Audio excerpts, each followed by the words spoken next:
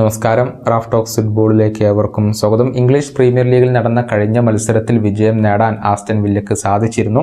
1-നെതിരെ 2 ഗോളുകൾക്കായിരുന്നു villa ബ്രെൻഫോർഡിനെ പരാജയപ്പെടുത്തിയത്. എന്നാൽ ഈ മത്സരത്തിനിടെ വില്ലയുടെ അർജന്റീൻ ഗോൾ കീപ്പറായ എമിലിയാനോ മാർട്ടിനസിന്റെ ഭാഗത്തു നിന്നുണ്ടായ ഒരു പെരുമാറ്റം വലിയ രൂപത്തിൽ വിവാദമായിട്ടുണ്ട്. ഒരിക്കൽ കൂടി എമിലിയാനോ മാർട്ടിനസ് ഇപ്പോൾ വിവാദ നായകനായിട്ടുണ്ട് എന്നതാണ് യാഥാർത്ഥ്യം. അതായത് ബ്രെൻഫോർഡ് താരമായ മൗപ്പോയെ അദ്ദേഹത്തിൻ്റെ കോളറിന് പിടിച്ച് വലിച്ചിഴച്ചത് വലിയ വിവാദമാവുകയായിരുന്നു. മൗപ്പോയെ ഫൗളിന് വേണ്ടി റഫറിയോട് അപ്പീൽ ചെയ്യുന്ന ഒരു സമയത്താണ് റഫറിയുടെ തൊട്ടു മുന്നിൽ വെച്ചുകൊണ്ട് എമിലിയാനോ മാർട്ടിനസ് ഈ ഒരു പ്രവൃത്തി ചെയ്തത്.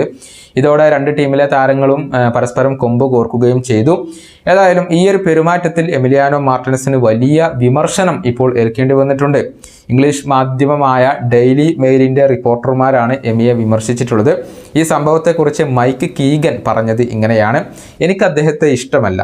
ഇന്നലെ അദ്ദേഹം ചെയ്തത് തീർത്തും നീചമായ ഒരു പ്രവൃത്തിയാണ്. എമിലിയാനോ മാർട്ടിനസും മത്സരത്തിൽ ഫൗൾ അഭിനയിച്ചിട്ടുണ്ട്.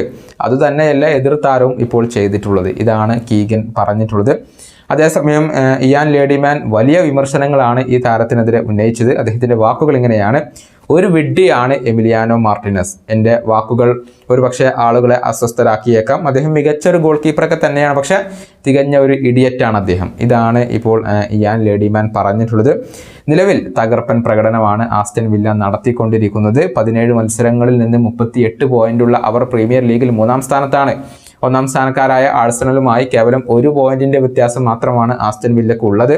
വില്ലയുടെ ഒരു മികച്ച പ്രകടനത്തിൽ ഗോൾ കീപ്പറായ എമിലിയാനോ മാർട്ടിനസിന് വലിയ പങ്ക് വഹിക്കാൻ കഴിയുന്നുണ്ട് എന്ന കാര്യത്തിൽ സംശയങ്ങൾ ഒന്നുമില്ല. ഈ വീഡിയോ അവസാനിപ്പിക്കുന്നു. വീണ്ടും കാണാം.